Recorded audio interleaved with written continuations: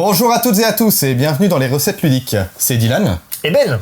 Et aujourd'hui, on va vous parler de luthier.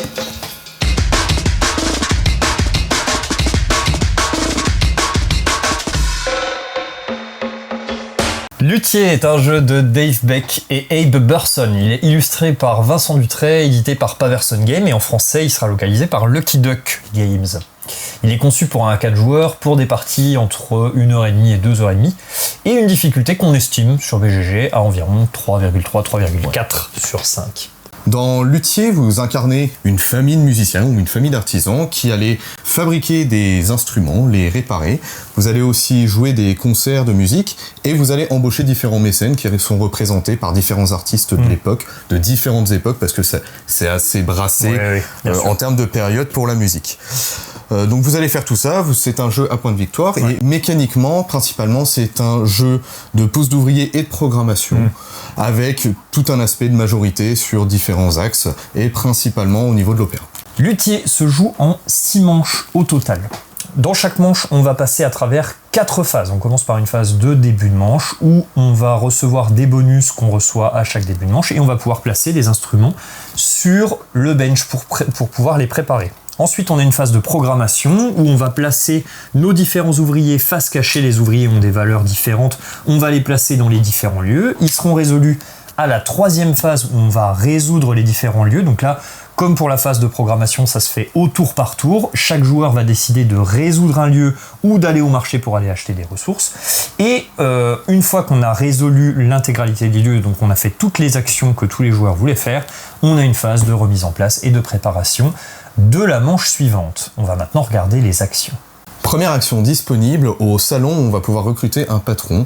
Les patrons, à quoi ça sert? Ça nous donne certaines exigences à remplir pour pouvoir les compléter, en termes d'instruments à construire, de morceaux à jouer, etc. On a un certain timing pour pouvoir les remplir, mais surtout ça va nous donner potentiellement des points, ça va nous donner des bonus constants dans la partie, etc. C'est un peu la pierre angulaire du jeu. Exactement. Et si on le fait pas à temps, effectivement, le patron s'en va, et au lieu de gagner les points de victoire, on les perd. Ouais. Deuxième action possible, on peut aller à la guilde pour aller chercher des plans d'instruments. Donc on va fabriquer par exemple une guitare baroque ou une contrebasse. On va fabriquer ces instruments dans un second temps et ces instruments vont nous permettre de rapporter des points de victoire et de répondre aux exigences justement des patrons, des mécènes qu'on a vus précédemment. À chaque fois qu'on va se placer sur une case avec un ouvrier d'une certaine force, vous voyez c'est présent sur l'ensemble des cases, on va avoir un petit bonus qui correspond. Troisième action disponible, l'action Repair, où on va réparer des instruments. Donc on va remplir les exigences d'une réparation en termes de ressources. Ça va nous permettre de jouer sur la majorité au niveau de l'opéra. Et surtout de remplir les exigences des patrons qu'on pourrait avoir sur notre bench juste ici. Quatrième action dispo, la performance. Là, on va donner un concert d'une musique d'un type en particulier. Donc là, pareil, ça peut répondre à certaines exigences des patrons. C'est là où on va avoir l'occasion d'utiliser des dés. Il y a un petit peu de chaos de ce côté-là. On a 3 niveaux où on peut donner la performance. Soit on va la donner, c'est pas terrible. Soit on va la donner, c'est correct. Soit on va la donner, c'est très bien. On gagne de plus en plus de points, bien sûr, de plus en plus de bonus. Et là aussi, on va pouvoir placer des petites pastilles à l'intérieur de l'opéra. On va y revenir tout de suite. Cinquième action disponible, le balcon juste ici. Déjà, c'est la seule action qui va nous permettre de rectifier l'ordre du tour. Ouais. Ensuite, on va faire l'une des 3 actions disponibles. On peut gagner de la ressource ou on va pouvoir valider un objectif. Les objectifs, ils sont juste ici.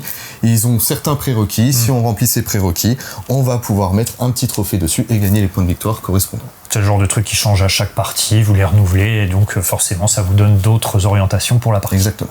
On termine par les 2 actions du plateau personnel. Les instruments en fait vont se construire en 3 temps. D'abord on va le chercher quand on va à la guilde, on va pouvoir le placer ici en début de manche, et ensuite on va pouvoir le construire en dépensant les ressources qui correspondent. On a une première étape qui est l'étape brouillon, on va dire grossièrement on fait l'instrument, et une étape de finition de ce côté-là, avec cette fois-ci, une fois qu'on l'a terminé, on récupère les points et on va pouvoir se placer dans l'opéra. Comment ça marche au niveau de l'opéra? Simplement, à l'intérieur, on a différentes familles d'instruments qui sont ici en ligne et différents courants musicaux qui sont en colonne plutôt, donc vous voyez avec les couleurs ça se repère facilement, et à chaque fois que vous allez faire soit une performance, soit une réparation, soit un instrument, vous allez placer un petit token sur l'instrument de votre choix ou l'instrument que vous venez de construire d'ailleurs, et ça va vous permettre de récupérer diverses récompenses À la fin de la partie, en fonction du nombre de premières chaises, donc d'endroits où vous serez majoritaire ou avec certaines conditions que je ne vais pas détailler là, mais voilà, vous aurez des points de victoire supplémentaires. Dernière action disponible à son tour, on peut le faire qu'une seule fois par manche, c'est aller au marché. Pour cela, on fait trimballer notre petit cheval au travers du marché. Ici, qu'est-ce qu'on va pouvoir faire? On va pouvoir vendre, acheter de la ressource. C'est quasiment que ici qu'on va pouvoir choper de la ressource. Ce qui est bien, c'est qu'on peut le faire une fois par manche. Ensuite, on va aussi pouvoir tricher un petit peu avec les différents plateaux en dépensant de l'argent pour augmenter sur certaines pistes, etc. Compenser des trucs qu'on ne saurait pas faire ailleurs, quoi. Voilà, on paye très cher et on y arrive. À la toute fin de la partie, on a une mini salade de points avec on gagne beaucoup de points pendant en fait la partie, beaucoup plus qu'à la toute fin, et celui ou celle qui a le plus de points remporte bien sûr, et celui ou celle qui a le moins de points remporte le petit violon de poche.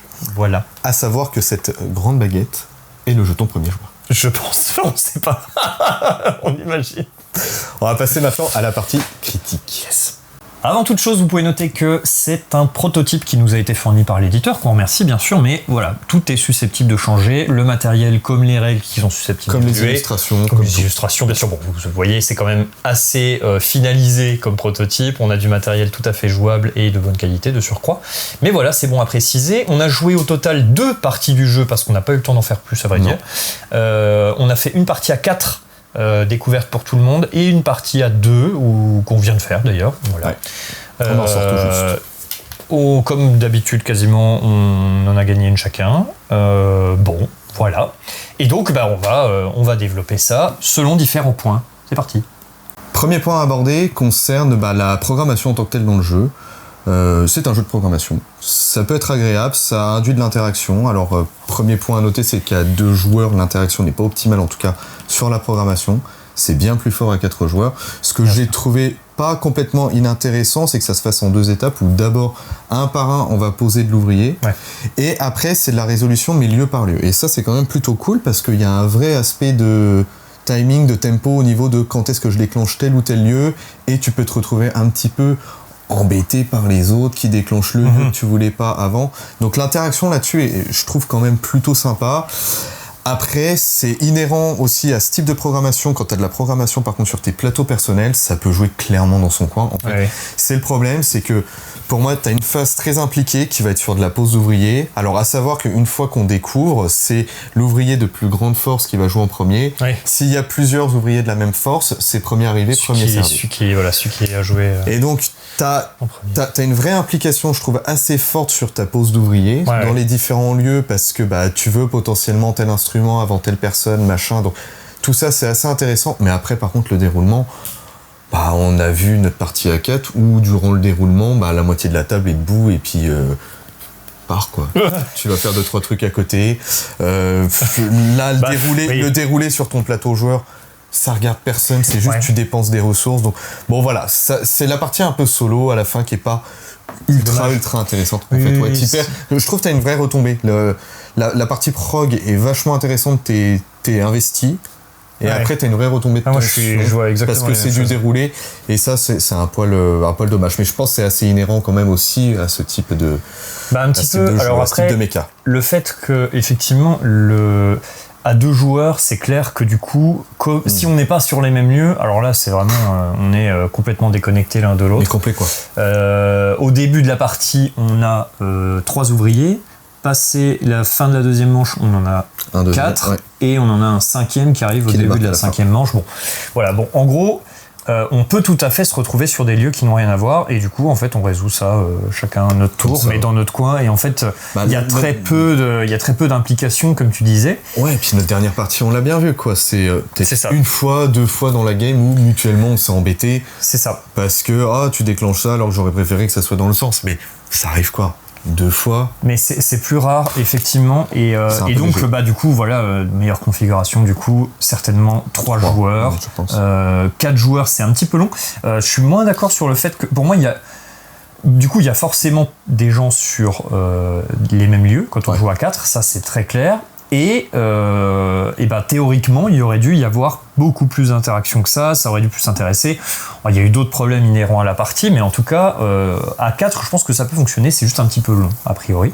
Après, je te rejoins vachement sur, effectivement, l'aspect double programmation en fait, où c'est une excellente façon d'aborder la programmation dans les jeux. Alors c'est déjà assez chargé, je dis aborder, mais c'est pas, on est en dessous de Tricarion, mais c'est quand même un bon gros jeu de programmation. Vous pouvez pas faire si vous faites n'importe quoi, ça va se voir. Oui, si tu programmes mal, ça se voit direct, et surtout tes tours, et t'as pas de garde-fou, quoi. T'as pas spécialement de... Après, des petites actions, voilà. C'est pas la catastrophe. Non, c'est pas la si t'as mal programmé, tu mais vas passer une manche. Bon, il y en a 6, faut pas non plus faire n'importe. Je veux dire, c'est pas trop grave. Mais par contre, ce qui est intéressant, c'est que du coup, effectivement, non seulement on programme chacun notre tour dans l'ordre du tour, mais en plus, on résout les lieux complets. Ça veut dire que si je pensais aller faire des réparations après avoir été au marché, mais que malheureusement, le repair a été déclaré par le premier joueur à ce tour-ci qui n'était pas moi, et ben j'ai pas les ressources à ce moment-là pour réparer. Et c'est dommage. Et je me retrouve embêté, et donc du coup vous faites en fait un système de gamble à vous dire, est-ce que je vais avoir le temps en fait d'aller au marché si je me mets là et que je mets pas un gars assez fort ou que j'y vais pas assez tôt. Et donc il y a quand même vraiment un enjeu sur cette programmation. Moi je trouve ça, ce qui peut plaire comme ne pas plaire, mais d'où clairement pour moi l'importance aussi du premier joueur. Ah bah alors bien sûr. Et du coup c'est cool qu'il y ait une action pour ça, pour le coup, ça passe pas à gauche bêtement quoi.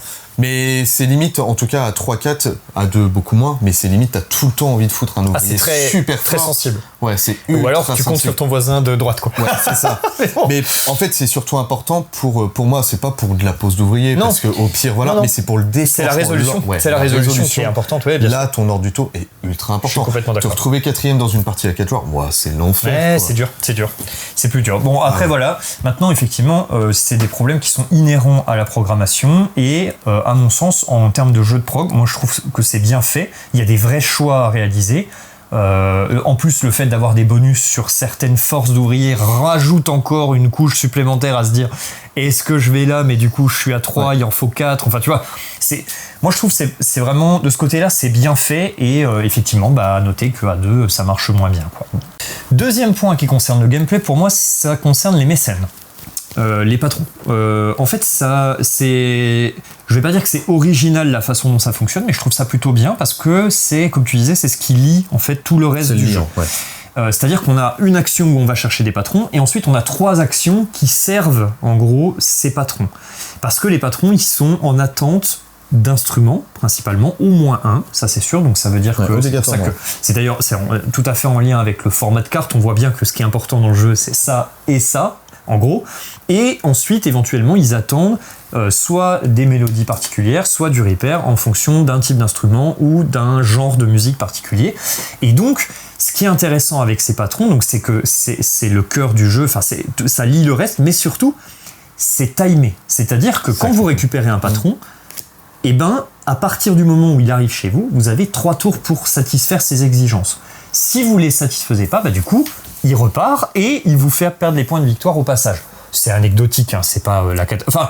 Enfin, finalement, là, sur notre partie, tu vois, ça a quand même un petit peu joué. J'en perds 2, bon, je suis derrière. Jouer parce que c'est des points que tu gagnes pas en positif, mais que tu perds en négatif, donc c'est un peu double. Ouais, c'est double peine, clairement. Moi, je trouve ça bien, du coup, parce que ça ajoute un petit peu, un petit aspect punitif au jeu, qui met un petit peu de pression et tout. Et ce qui est bien, c'est que vous pouvez pas vous dire, j'en prends 3, je prends les plus gros, et qui me donnent le plus de bonus pendant le truc, et après on verra bien. Non, il faut que vous arriviez à les satisfaire, vous pouvez pas juste les braquer aux autres joueurs. Et donc ça, je trouve ça vraiment bien d'y avoir pensé. Moi, il y a 2 points que j'aime bien sur les patrons. Déjà, leur flexibilité, tu peux les choisir pour plein de choses. En fait, tu peux les choisir pour les bonus qu'ils vont te donner en début de manche. Parce qu'à chaque début de manche, le petit cube avance, il vous donne un bonus particulier. Donc, c'est pas bien parce que ça le rapproche de l'exclusion. Mais en fait, des fois, t'as limite envie de retarder d'une manche juste pour son bonus. Exactement. Et ça, je trouve ça assez cool. Tu peux vouloir les choisir pour leur bonus one-shot une fois que tu les as construits. Pour leur power constant. Donc déjà, c'est multivarié là-dessus. Et ensuite, la position aussi, le bonus que tu gagnes, ça peut paraître anecdotique, mais ça peut des fois te sauver un petit peu de la situation. Genre, j'en sais rien, celui-là, gagner 4 thunes en début de partie, il est super important. C'est important, je suis d'accord. Donc ça, je trouve ça assez cool. Et moi, oui, clairement, comme tu l'as énoncé juste avant, le point pour moi le plus important, c'est le lien qu'il fait avec tout. En fait, on peut faire quand même les instruments, les réparations, les mélodies, tout ça à côté. Mais c'est toujours mieux de le faire. T'as l'impression de pas l'optimiser. Mais en fait, c'est ça. Tu t'en sers pour rien, en fait. Et donc, t'auras les points, t'auras tout, mais t'as l'impression de le faire un peu plus dans le vent. Tandis que là, je sais pas, tu viens vraiment participer à un ensemble et t'es tout le temps content. C'est ça, tu réponds à... Non seulement tu gagnes des bonus parce que tu as fait une performance particulière, bon, mais en plus, la carte de performance va servir à répondre à l'exigence, donc c'est double bonus. Si vous faites que la moitié, évidemment, vous optimisez pas, donc il y a un petit côté satisfaisant quand tu arrives à faire exactement ce qui est attendu par tes patrons, ni plus ni moins, quoi, tu vois. C'est ça. Bon. Ça me permet d'enchaîner sur un autre point. Allez. Par contre, tout ce qu'on vient de parler, ça induit, je trouve, une énorme sensibilité à la pioche de cartes. Ah bah... Parce que les patrons, t'as envie de les fabriquer avec tel instrument où ils nécessitent telle réparation ou telle mélodie. Si ça sort pas, ça sort pas. Ça sort pas. Les rivières, tout ce que vous voyez là, c'est pas renouvelé avant la fin de la manche. C'est ça. Et puis alors, qu'est-ce qui est renouvelé? C'est seulement celles qui sont sur la position. Et puis évidemment, toutes celles qui ont été prises. Mais simplement, c'est vrai que ça paraît un peu sec. Alors, vous avez la possibilité d'aller carrément fouiller les pioches. Je voulais y revenir. Ouais. Je t'en prie. Sachant qu'alors, en début de partie, c'est vraiment extrêmement sec parce qu'on a accès à potentiellement tous les emplacements, sauf que les emplacements les plus proches de la pioche demandent de l'argent. Mais en début de partie, c'est énormément d'argent en fait que ça demande. Déjà, juste dépenser les 4 thunes pour prendre dans la colonne numéro 2, c'est déjà potentiellement beaucoup. Tu le sens passer. Tu le sens très clairement passer. Donc déjà, tu as une bataille juste sur la première carte qui va peut-être pas du tout dans ton plan de jeu. Et par contre, allez, alors ok, t'as l'action de tu vas chercher ce que tu veux dans la pioche. C'est dispo. C'est dispo, mais ça gratte, hein. Les yeux de la tête, quoi. C'est infaisable. Ouais. Entre l'argent, l'apprenti, que machin, qui est pas forcément toujours le plus simple à récupérer, enfin, je trouve que c'est l'enfer. Et donc ça, pour moi, c'est quand même un bémol, à quel point t'es sensible à la pioche, et des fois, tu peux attendre 4 tours avant de... Ah, je tombe enfin sur mon instrument. Sur notre partie là, on n'a pas du tout eu d'instruments de type clavier ou percussion. Ouais, on en a eu peu. Et en fait, on les a attendus les 3 premières manches. Exactement. Et en fait, c'est super chiant parce que du coup, c'est ça. Si tu avais pris un patron comme ça au départ, alors évidemment, vous allez me dire, bah tu le savais. Bon, bah si j'ai 2 patrons comme ça au départ, bon, voilà, mais c'est effectivement un petit peu trop sensible. Et surtout, il y a 3 catégories d'instruments, il y a 3 courants musicaux. Et il y a des pioches qui sont quand même... il y a la pioche d'instrument. Ouais, en fait, c'est ça. Conséquente, hein. Bon, c'est quand même... C'est beaucoup. Et c'est vrai qu'on se dit, putain, mais si ça sort pas, je vais être un petit peu dans la sauce, quoi. Ça te fout très clairement dans la sauce. Donc, Pour moi, ça rejoint le point de toute façon où tu vois, tu dis, il y a beaucoup de cartes, mais c'est complètement en rapport avec l'opéra sur tous les instruments disponibles. Pour moi, il y a déjà un peu trop d'emplacements, en fait. Tu vois, oui. Mais qui est le pendant, en fait, du nombre de cartes. Et ça fait un feeling au final. Alors, j'embraye direct de nouveau sur un autre sujet, hein, désolé. Ok. Non, ça te fait. Oh, si, vas-y. Où, au final, je trouve, en tout cas à 2 joueurs, je l'ai ressenti comme ça, il y a beaucoup d'emplacements, donc l'interaction est diluée, la majorité, je trouve, le jeu de majorité qu'il y a ici est vachement dilué, parce qu'il y a énormément d'emplacements. Alors bien que ton bloc à 2 joueurs, etc. Oui, il y en a certains blocs. Mais je sais pas, je le trouve très assez large, peut-être un poil trop large et trop lâche pour la majorité que ça non, mais je suis d'accord. De toute façon, à 2 joueurs, pour moi, c'est vraiment un jeu qui est pas fait pour. C'est pas fait pour être joué à 2. C'est pas adapté. Ça peut être un palliatif si vous avez qu'une seule personne avec qui jouer et que ce jeu-là, mais concrètement, c'est pas du tout. Il y a trop de sensibilité sur les différentes rivières, sur la grille centrale et tout ça, pour que ce soit vraiment intéressant à 2. De toute façon, à partir du moment où il y a des majos dans les jeux, à 2 joueurs, ça, pour moi, ça perd un peu de sens. Hein. Ouais. Donc voilà, pas effectivement à 2 joueurs, c'est pas adapté, quoi. Non. Dernier point pour moi sur le gameplay, je voudrais parler de la grille centrale à l'opéra ou l'orchestre en fait ici. Je trouve que c'est bien fait parce que j'y reviendrai sur le thème, mais déjà thématiquement c'est vraiment bien fichu. Et en fait, ce système à l'intérieur de cette grille, vous avez un système où vous allez pouvoir récupérer des récompenses, vous voyez, sur chaque chaise d'instrument, si vous êtes le premier instrument, la première chaise, on parle de premier violon dans un orchestre, la première chaise de cet instrument. Bon, donc ça c'est intéressant, ou alors à défaut vous avez récupéré une récompense qui est un petit peu moins bonne. Et en fait, comment on les récupère ? On les récupère avec les petits jetons que vous voyez là, donc les petits jetons de mouvement de symphonie qu'on a ici, ou alors de réparation. Donc ça se joue à la majorité. Justement, si vous êtes le premier à venir, vous prenez la récompense. Pour venir vous déloger ensuite, il faut venir avec strictement plus de jetons de ce type-là, enfin de n'importe quel type. Mais vous allez pouvoir aussi venir avec le jeton instrument qui, lui, prend automatiquement la majorité et la verrouille. C'est-à-dire que si je viens mettre un jeton instrument sur le basson, par exemple, il n'y a plus personne d'autre qui va pouvoir venir prendre cette récompense. Et la première chaise, elle est à moi définitivement. Ça ne veut pas dire qu'on ne peut plus faire le basson, mais ça veut juste dire qu'on n'aura plus cette récompense-là jusqu'à la fin de la partie.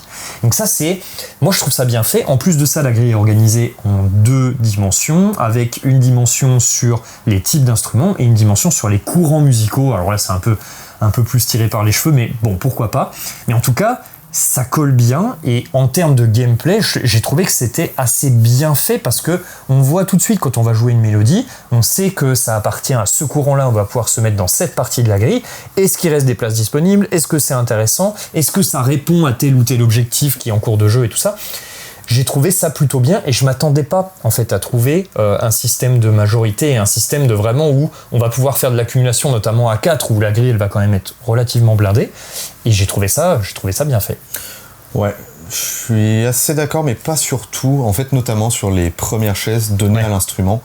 Ça, je pense au final, voilà, de t'entendre parler, c'est un point que je pense que j'aime pas spécialement, parce que tu peux avoir énormément investi sur une chaise, et tu peux venir te la faire complètement braquer juste parce que la personne a eu l'instrument qui correspond. Il est sorti, quoi. En gros, c'est la rivière de cartes qui c'est ça. Ouais. Et tu peux avoir fait un plan de jeu dessus, et ça peut être très dérangeant derrière. Ouais, en fait, ce que j'aurais trouvé potentiellement plus intéressant, c'est ok, le jeton dû à l'instrument, par exemple, il compte pour 2 dans la majorité, mais il te donne pas automatiquement. Ouais, définitivement le truc. Et en fait, c'est aussi l'aspect définitif, c'est-à-dire que j'en sais rien, tu le poses sur le violon. Je sais que le violon, il y en a plusieurs dans le paquet. Si quelqu'un reconstruit un violon, il peut le remettre ici.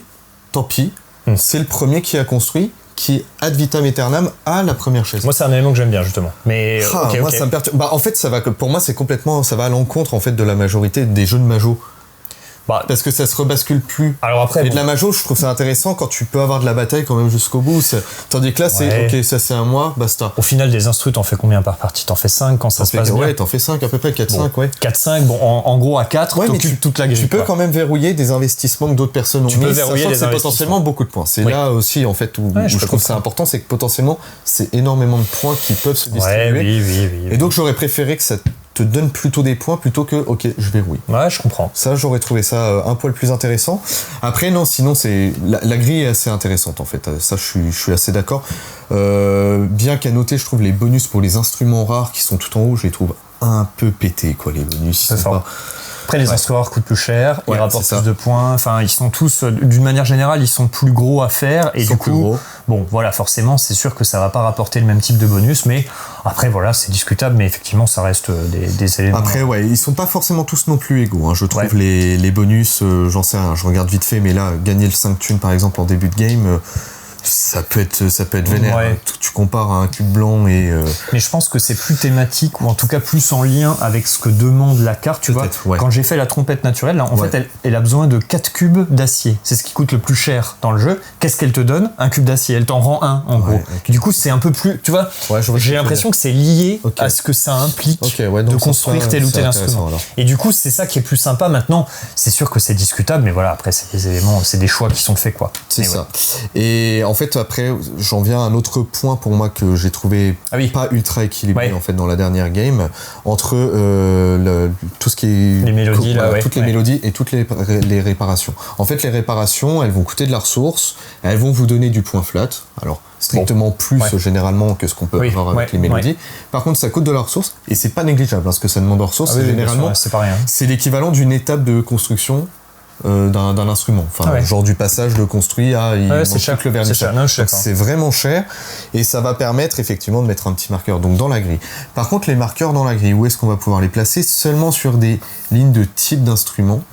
Et c'est là où je trouve ça un petit peu bizarre. Donc par exemple, si c'est les types clavier ici, percu, alors ton choix il est vraiment vite fait. Oui, c'est trop sec. Si déjà les premières chaises ont été prises ou des choses comme ça, t'es ravi, quoi. Super, t'es content.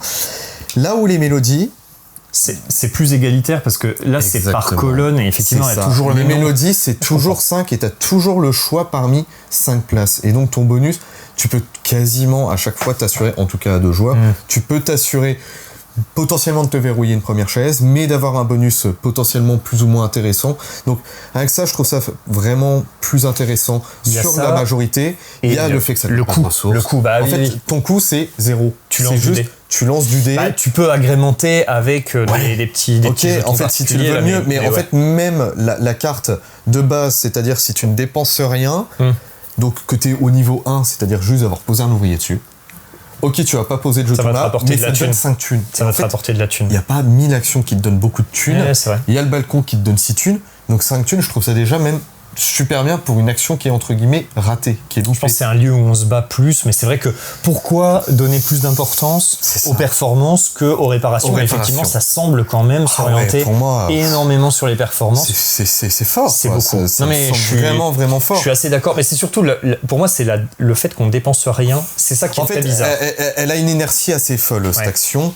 C'est que, bon, t'as envie d'y aller déjà en te boostant, donc en jouant des ouvriers à 4 ou plus, machin, pour que ton action soit de plus en plus intéressante. Bon, ça, basique. Elle va être de plus en plus facile à faire. Ouais. Ce qui n'est pas forcément le cas de la réparation. Elles vont simplifier d'autres actions. C'est aussi intéressant, mais elle, déjà, elle s'auto-entretient. Et ce que je trouve aussi super intéressant, ça rejoint l'un des derniers points que je voulais évoquer avec les objectifs, c'est tu peux débloquer un 3e dé. Oui, c'est le dé 3e rose. dé. Et ce dé rose, il va te donner de la ressource, potentiellement du point, potentiellement beaucoup d'argent. Quand tu tombes sur les 6 thunes, et donc c'est un dé que tu jettes gratuitement à chaque fois que tu vas faire une mélodie. Mais tu vas le chercher au début de la partie. C'est vraiment très fort. Moi aussi, je trouve ça loin d'être négligeable. Ouais, c'est pas du tout négligeable. C'est vraiment loin d'être négligeable. On l'a vu, là tu l'as fait. Je l'ai fait assez tôt. Moi je l'ai fait la dernière partie. Je gagne. Personne n'y va à 4 joueurs et je gagne largos quoi. Donc oui. Et en fait on l'a bien vu. Ça fait je l'ai un peu ressenti sur nos 2 games. Ouais, c'est vrai. Où ce coup-ci c'est moi qui ai beaucoup joué là et la dernière fois c'est toi qui as beaucoup joué là. On sent quand même qu'il y a un joueur qui se là tu te heurtes à j'ai pas de ressources ou j'ai pas d'argent parce que j'ai acheté trop de ressources. Exactement. Non, c'est sûr. Et pour moi, au final, ce que ça te donne ici, c'est juste un petit peu plus de points bruts, mais même pas tant que ça non plus. Enfin, c'est pas suffisant. Je trouve que ça compense pas suffisamment ce que ça te demande en termes de ressources, quoi. Donc, moi aussi, je serais curieux de savoir comment ça a été fait, parce qu'effectivement, ça semble strictement plus fort, en fait. Voilà. Et du coup, sur le papier, ça semble juste strictement plus fort. T'aurais inversé limite sur les majorités, j'aurais un peu mieux compris. Ouais. Mais voilà, là en l'état, je trouve ça très fort. Et donc, ça rejoint l'un des derniers points que je voulais dire, que je trouve quand même plutôt sympa, c'est cette course aux objectifs, donc qui sont variables de partie en partie. Faut vraiment pas les négliger. Outre déjà les points que ça te donne, qui sont loin d'être négligeables, surtout si tu trustes les places. Les grosses places. Voilà, exactement. Avec beaucoup de un gros gap de points. Il y a quand même un vrai gros gap de points. Et surtout, ce qu'on se disait, alors on n'a pas spécialement pu le faire en partie, mais ce qui doit être super intéressant, c'est de chercher à rusher ces objectifs, parce que on peut des fois les remplir. En rusher un, je pense. Voilà. Au moins un. Oui, pas les autres. Pour taper le dé. Exactement. Et après, t'es peinard, quoi. Parce qu'on peut en rusher même certains qui demandent très peu d'exigence, c'est-à-dire qui donnent 0 points. Mais par contre, dès qu'on remplit un objectif, on se déverrouille un petit pouvoir. Donc les pouvoirs, ça peut être du personnage très facile à mettre, mais qui donne du point. Ça peut être plus de ressources à stocker. Mais surtout, ça peut être ce le fameux dé. Et ce dé, pour moi, il est incontournable à débloquer. C'est vrai. Un peu étrange comme élément. Ok, des petits points pour terminer. Le marché qui fonctionne bien. En fait, le marché, on peut y aller une fois par manche. C'est-à-dire que au lieu de choisir de résoudre un lieu, on peut aller au marché une fois. Et donc une seule fois, c'est-à-dire une fois maximum par manche, et on peut faire tous les trades de ressources qu'on veut, tout ça. Donc ça a plusieurs utilités, ça permet de temporiser si on veut pas résoudre tel ou tel lieu, ou en tout cas si on veut laisser les autres se débrouiller pour les lieux. Et puis surtout, ça permet donc de récupérer des ressources, parce qu'on est limité en fait en ressources à stocker chez nous, on peut en avoir 9 maximum. Si on veut arriver à faire tous les instruments qui se trouvent d'un côté, par exemple, et ensuite tous les instruments qui se trouvent de l'autre côté, si ça se trouve, on n'aura pas assez dans notre réserve pour faire tout ça d'un coup, donc il va falloir aller au marché entre-temps. Donc voilà, c'est vraiment un truc, il faut bien le doser et bien choisir quand est-ce que vous y allez, parce que si vous y allez trop tôt, vous risquez du coup de plus avoir accès à assez de ressources pour faire tout ce dont vous avez besoin. Mais en même temps, du coup, potentiellement au début, vous pouvez pas y aller parce que vous n'avez pas eu d'argent, parce que vous n'avez pas fait les autres actions. Donc ouais, plutôt bien orienté. À noter d'ailleurs que ce marché, le marché il évolue. Le cours évolue de manche en manche. Et ça, c'est quand même super intéressant. Ouais. Ça peut être une vraie belle rentrée d'argent de se dire, ok, je vais parier sur le fait là, j'ai pas besoin de métal, le métal vaut cher, allez, je le vends. Je parie sur le fait que Prochaine manche, coûte moins cher. vous avez une échelle en gros de qu'est-ce qu'il vaut, ça ajoute un petit peu de chaos, mais moi je trouve que c'est bienvenu. Ouais, c'est bien dosé quoi. Ouais, c'est plutôt pas mal. Et moi, dernier point que je veux mentionner avant qu'on parle du thème, donc rapidement, je trouve ça dommage, je ressens que la tension s'amenuise en fait au fur et à mesure du jeu. Pour moi, la tension est en termes de ressources, je veux dire. Ah oui. En termes de ressources, oui. En termes de ressources, oui. Je trouve le jeu vraiment tendu en ressources au début de la game où une pièce c'est une pièce, tout est super cher, tu sais clairement pas tout faire et vraiment tendu et c'est même agréable, mais limite des fois un peu trop fort. Et par contre, au fur et à mesure que la game avance, mais ça c'est inhérent, c'est parce que tu débloques c'est la montée en puissance. Voilà, c'est de la montée en puissance, mais je trouve la chute de tension est limite trop forte. Moi, je trouve que c'est ça qui fait chuter la tension. C'est peut-être ça qui Parce que moi, j'ai pas vraiment senti la chute de tension. À la fin, j'ai pas assez de pièces en fait. Ouais. J'ai pas assez de pièces pour faire tout ce que je veux. Et toi, t'es là à dépenser 30 pièces pour faire des améliorations, des trucs. Okay. Bon, alors c'est peut-être juste très. Je pense que c'est situationnel et ça dépend de comment t'arrives à te débrouiller. Mais je pense qu'effectivement, quand t'arrives à jouer à peu près correctement, que tu fais les bons choix, je pense que ça se détend à mort. Ouais, effectivement, au début, la tension est assez forte sur les ressources et c'est plutôt agréable comme tu dis. Voilà. Par contre, après, si on parle de tension de jeu d'une manière générale entre les joueurs et tout, c'est quasi inexistant. Vraiment là, on est un petit peu tendu avec toi-même au niveau des ressources. Ouais, c'est bisounours. Mais ça va pas plus c'est vraiment chill. Il y a pas de. C'est vraiment tranquillou quoi. On termine par la thématique du jeu. Moi, je suis très grand fan de cette thématique, bien sûr. Ça me fait très plaisir qu'on joue à un jeu avec une vraie thématique musique. C'est pas commun. Le dernier en date, c'était Lacrimosa, je pense, en tout cas dans les gros euros auxquels on a pu jouer. Je trouve que, bizarrement, on cherchait un peu comment présenter le cadre, on va dire. On a essayé de lire un peu le petit lore et tout ça, mais en fait, ce qu'on fait dans le jeu, c'est pas vraiment cohérent. C'est-à-dire qu'on fait un peu tout et n'importe quoi. C'est une sorte de melting pot. C'est un gloubi-boulga de la musique à travers les âges et les époques et les instruments et les styles. Bon, mais ce qui est intéressant, c'est que individuellement, tout est bien fichu et surtout tout se retrouve bien ici au centre dans l'orchestre. Ça, c'est déjà très cool parce que du coup, on a comment est organisé un orchestre, les différents instruments, avec éventuellement une petite notion d'époque, parce qu'évidemment des guitares baroques et des luttes, actuellement, il n'y en a plus beaucoup dans les orchestres, mais bon, en tout cas, ça, je trouve ça vraiment intéressant et presque éducatif, entre guillemets, de se dire « Ah ouais, c'était organisé comme ça, mais eux, pourquoi ils sont plus près? Parce qu'ils font moins de bruit, tout ça. » Bon, ça, je trouve ça déjà hyper cool. Et c'est vrai que, en fait, toutes les composantes, on va dire, ont du sens individuellement, pas l'ensemble, on va dire. On peut pas vraiment être luthier et en même temps donner des prestations, réparer des instruments, faire partie. Enfin, on peut, mais je veux dire, c'est-à-dire, c'est pas, on n'exerce pas tout à fait le même métier, quoi. Et donc, du coup, ici, les patrons, c'est tous des grands compositeurs et donc qui se soutenaient en fait mutuellement entre luthiers, artisans et tout ça. C'était un petit peu mêlé finalement. Je dis ça n'a pas trop de sens, mais en fait peut-être qu'à l'époque c'était beaucoup plus confus que ce qu'on a maintenant, beaucoup moins distinct et séparé. Mais en tout cas, c'est cool parce que là effectivement on retrouve vraiment des grands compositeurs. Ici on retrouve des mélodies. Je sais pas si j'ai pas vu de nom de mélodie. Ça aurait été intéressant d'avoir des noms, d'autant plus que ça ne coûtait pas grand chose parce que là il y a écrit placeholder sur toutes les cartes parce que évidemment l'artwork risque d'être refait, mais simplement ça aurait été intéressant d'avoir des noms de mouvements et tout ça, ça aurait été assez sympathique je trouve. Mais voilà, je trouve que cette pièce centrale ici est super bien, cette notion de première chaise, premier instrument d'un pupitre, c'est hyper bien fait et effectivement la fabrication des instruments avec les différentes matières et tout. Voilà, moi je suis très fan du thème et c'est sûr que ça, en tant que passionné de musique, ça a aidé, bien sûr, et en tant que Zico, c'est tout, et c'est sûr que ça m'aide à m'intégrer, à m'imprégner de ce genre de jeu, parce que même en tant que joueur de type euro, je suis sensible à la thématique en tout cas. Et là, j'apprécie quoi. Ouais. Ça t'a touché de s'en faire bouger. Ouais, plutôt, j'ai l'impression. Mais peut-être aussi que je suis pas non plus le plus grand fan des illustrations. Oui. Donc ça me transporte pas tant que ça, je dois l'avouer. J'aime beaucoup la musique, mais là, je suis pas tant transporté que ça. Ouais, je comprends. En fait. Le style du trait est vraiment particulier. Voilà, faut le savoir. Faut aimer. Je n'ai rien contre le monsieur. On n'aime pas, mais c'est vrai que c'est pas un style que j'affectionne trop. Mais c'est ok, je veux dire. C'est pas O'Toole, mais c'est pas. En fait, c'est peut-être parce que c'est trop melting pot ou je sais pas trop où le jeu veut m'emmener. Ouais. tu vois, j'en sais rien, j'ai ma plaquette là, plateau joueur, donc je suis dans une famille, mais en même temps, bah, j'ai des artistes qui viennent avec moi et je répare des instrus et machin. Enfin, j'en sais rien, je pars un peu dans tous les sens et de temps en temps, je vais au marché et je suis avec mon petit canasson et je sais pas. Tu vois, je sais pas. Moi, je pense qu'à l'époque, c'était complètement mêlé. Peut-être, en fait. Et que, en fait. Et aussi, je ne sais pas qu'est-ce que c'est que cette. Alors, ça, oui, alors ça c'est incroyable. On a une petite ressource qui est un. Comme, ça ressemble un peu à une hampe. Un point d'exclamation, en tout cas, sur les plateaux. Comme une hampe de violon. La pièce qui est au bout du violon qui retient les cordes, justement, ou quoi. Mais je sais.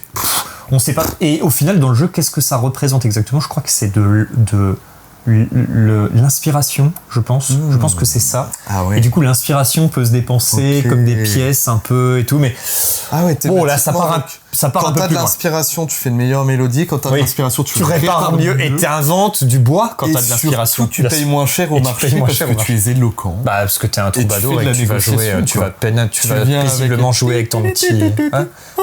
Ouais. Ok. Bon voilà, non, bah, pour le thème, c'est pas si mal rendu. Hein, moi j'aime bien, mais c'est sûr que voilà. Mais je pense que ça cause plus à des passionnés de musique.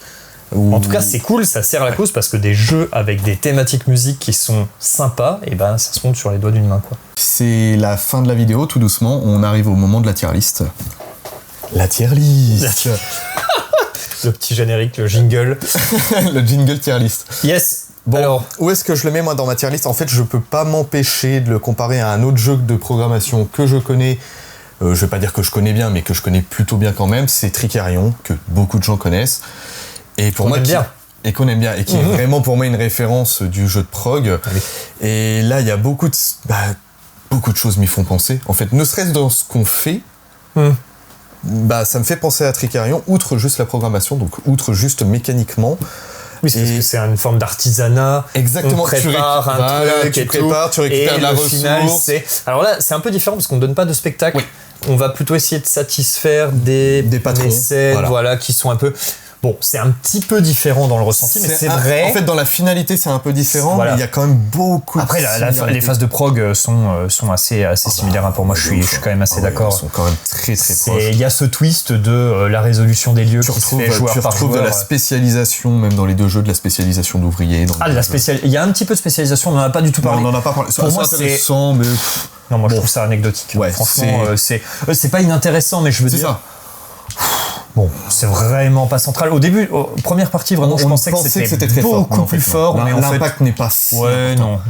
L'impact puis on arrive à le faire tous. Exactement. En fait, c'est surtout ça. Pas du tout limitant. C'est que la spécialisation serait intéressante si elle te demandait des sacrifices que tu te dis sur le long terme, je vais récolter quelque chose. C'est pas vraiment le cas, en fait. Non, la spécialisation, t'arrives quasiment toujours à c'est juste une échelle à monter, il n'y a pas de blocage, il n'y a pas de... Et l'échelle à monter, c'est même pas de la ressource ni rien, c'est juste t'as mis un ouvrier. C'est une valeur d'ouvrier. Non, oui, bien sûr. Donc, c'est vraiment anecdotique, c'est plus intéressant dans Tricarion. Bon, on revient à la tier list. Oui. Où est-ce que je le mets ? Eh ben, j'hésite entre fond B et Debussy. Ouh, Debussy. Ouais. Allez, fond B. Pour moi, il est vraiment dans le bas du B. Du B. C'est le pire. Oui, je sais. Waouh. Ouais, c'est dur. Hein. Mais il faut l'accepter. C'est ma décision. Faut passer où ? Non, il sera dans le B, mais pas dans le haut du B, dans milieu fin du B. Non, peut-être pas le C. C'est vrai qu'il ne mérite pas un C non plus. Mais il sortira pas du B et il sortira pas du milieu du B. Ouais, je vois. Vraiment pas. Parce que il y a beaucoup d'autres jeux que je préfère. Au choix, je sais que je le sortirai pas, en fait. Ah, je comprends. Parce que en termes de temps de jeu déjà et de temps profondeur, il est pas forcément super bien réglé. Bien qu'à 2 joueurs, ça va, c'est assez rapide. Ouais. Mais au final, t'y perds beaucoup trop en interaction pour moi. Oui. Ça se touche pas et puis voilà. C'est pas inintéressant. C'est tout de suite plus long en fait. À 3, c'est tout de suite beaucoup plus de temps. C'est ça. En fait, parce que c'est du temps flat en fait. On a juste du temps de programmation. Exactement. Et à 4, c'est impensable pour moi. Je dirais pas jusqu'à impensable, mais c'est vraiment franchement beaucoup plus long et trop. Là, je suis d'accord. Ouais, c'est trop. Donc et pour la profondeur qu'il me propose, je vais tous les jours préférer un autre, quoi. Ouais, je comprends. Sur de la programmation, je vais préférer un Tricarion, quoi, tous les jours. Et même à 2, je vais préférer un Tricarion, tu vois. C'est plus notre cas, mais il y a rien à faire. De toute façon, on cherche un petit peu plus de profondeur. Effectivement, là, les choix restent quand même avec un impact qui est moindre et qui est pas aussi intéressant que ce qu'on peut trouver effectivement dans Trickerion. Il y a moins d'implications. Dans Trickerion, on va essayer de faire des tours de magie qui sont compliqués, qui demandent un matériel spécial, qui impliquent des bonus très particuliers, tout ça. Ici, en fait, on gagne des points de victoire. Voilà, l'enchaînement est. Alors qu'ici, en fait, on gagne des points de victoire. Et en fait, l'enchaînement, il est difficile parce que on n'a pas les foutues cartes qui sortent des rivières. Mais en fait, j'ai l'impression que souvent la difficulté, elle vient principalement d'ici. Parce que quand ça se déroule, le jeu, je l'ai trouvé, il peut être soit très laborieux, soit se dérouler, mais alors, tout bien. Il peut filer si t'as les bonnes sorties au bon moment, comme ça va bien. Ça déroule, et en fait, t'as un vrai effet un peu snowball de ok, ça déroule, donc tu peux faire ton mécène il est débloqué, il te donne du pouvoir, le petit effet snowball, quoi. Exactement, il te libère de nouveau la case pour un nouveau mécène, tu peux remettre. Enfin, et t'as un vrai petit effet snowball, tandis que quand t'y arrives pas, bah le jeu, il en profite, il te fout un petit coup dans le genou au passage, et bah tu perds des points, et puis bah tu relèves ta culotte et tu t'en vas. Bien sûr, non, mais c'est très clair. Bon, toi, il est où dans ta tier list? Eh ben, ouais, la tier list, pas évident, hein. Moi, je suis tenté de le mettre en A quand même. Mais en même temps, A, c'est le haut de la pile de jeux. Ça veut dire que c'est un jeu que je suis susceptible de sortir sur ma table, ce qui n'est pas vraiment la réalité. Non. Je vais donc le mettre en B aussi. Mais ce que je veux dire, c'est que c'est vraiment pas un mauvais jeu. Et c'est pour ça que je trouvais que c'était pas juste. Parce que c'est pas du tout un jeu qui marche pas. C'est un jeu qui fonctionne. C'est un jeu qui ne correspond pas à nos attentes, ça c'est très clair. Bah après c'est le propre de la tier list, hein. La tier list c'est vraiment bien sûr. nos attentes. Je suis d'accord, mais c'est pour ça que ça m'a en B. Je peux pas, honnêtement, je peux pas le mettre en A parce que voilà. Mais c'est vrai que le C serait vraiment le C. Non, le C c'est vraiment des mauvais jeux. C'est des jeux qui ne marchent pas et qui apportent vraiment de l'insatisfaction et tout ça. Là c'est pas de l'insatisfaction, je veux dire c'est juste que c'est pas adapté à ce qu'on recherche exactement. Mais ça plaira à des joueurs, c'est certain. Oui, ça c'est certain. Gros bémol sur le tarif, c'est un truc de zinzin. Donc là, j'espère que Lucky Duck, vous allez arriver à trouver des solutions parce que vraiment. Ou sinon, pour le tarif là, mettez un vrai violon à l'intérieur. La campagne Kickstarter, c'était un truc de zinzin. On payait le jeu de base, quoi, 59 balles 69 $, donc sans livraison, frais de port, tout ça. Donc tout ça devrait être résolu par la version française, bien entendu, mais quand même. La retail qui vient sans bois, etc. C'est bien sûr de la retail, donc c'est pas du tout ce format de boîte, c'est pas ce matos et tout ça. Exactement. Et pour avoir ce genre de matériel, on en était à quoi, 230 balles, $230. Beaucoup. Beaucoup trop. Il y avait une version intermédiaire avec des pièces en métal, mais sans tout le bois et tout ça. On était à $170. Et c'est vrai que ça participe quand même au plaisir. En fait, le matériel est très agréable, donc ça, il n'y a rien à dire. Mais problème, on peut pas payer un prix pareil pour ce genre de jeu. Maintenant, c'est une stratégie commerciale. Les gars, ils sont allés dedans, ils ont fait Distilled, ensuite ils font ça. C'était déjà la même chose pour Distilled, sauf que c'était plus acceptable parce que c'était le premier, ils avaient fait un tarif d'appel. Ouais. Ça a super bien marché. Ici, ça marche bien. Ils récoltent quoi, $700 000. On peut pas dire que ça rate. Mais le problème, c'est que... cap fixé à 35 000, ils le financent largement. Mais oui, mais est-ce qu'on dépense $200 dans un jeu comme ça ? La réponse pour moi, c'est clairement non. Donc maintenant, je vous conseille d'attendre la retail, d'essayer d'y jouer en salon. Essayez d'y jouer en salon vraiment parce que ça pourrait vous plaire et je pense que vraiment ça pourrait plaire à un type de joueur. Il peut vraiment trouver son public, il peut plaire à beaucoup. Hein. Tu veux initier, mais je pense aussi, c'est ce qu'on se disait tout à l'heure, tu veux initier par contre à de la prog, c'est vraiment pas mauvais du tout. Initiation prog, exactement. Ouais. Je suis vraiment d'accord. C'est bien, quoi. Parce que t'en as d'autres qui sont beaucoup plus rudes sur de la prog et qui peuvent t'en dégoûter et ça se déroule mal et c'est pas tandis que là, t'as quand même l'impression toujours de faire quelque chose, t'es pas complètement perdu. Donc ça, puis t'as un peu cette sensation d'interaction avec la résolution des lieux. Tu vas prendre plusieurs personnes, tu vas les aligner, machin et tout. Mais voilà, c'est un petit peu trop superficiel. Mais pour moi, pour l'initié, il est trop cher. Mais c'est trop cher, voilà, pour un jeu initié, tout ça. Après, nous, on met un petit peu le prix en rapport avec la profondeur du jeu. Bon, voilà, c'est un truc, c'est ce qu'on en pense, hein, mais c'est vrai que moi, je suis pas non plus prêt à payer ce genre de prix pour un jeu comme ça. Mais voilà, en tout cas, si vous voulez vous initier à la programmation avec un aspect, on va dire, assez joli visuellement, avec du bon matériel et tout ça, et ben ce jeu-là sera certainement pour vous. Voilà. Qu'est-ce qu'on a à dire d'autre de plus ? Je pense qu'on a à peu près tout dit. Merci d'avoir regardé cette vidéo. C'était Ben et Dylan pour les recettes ludiques. À bientôt.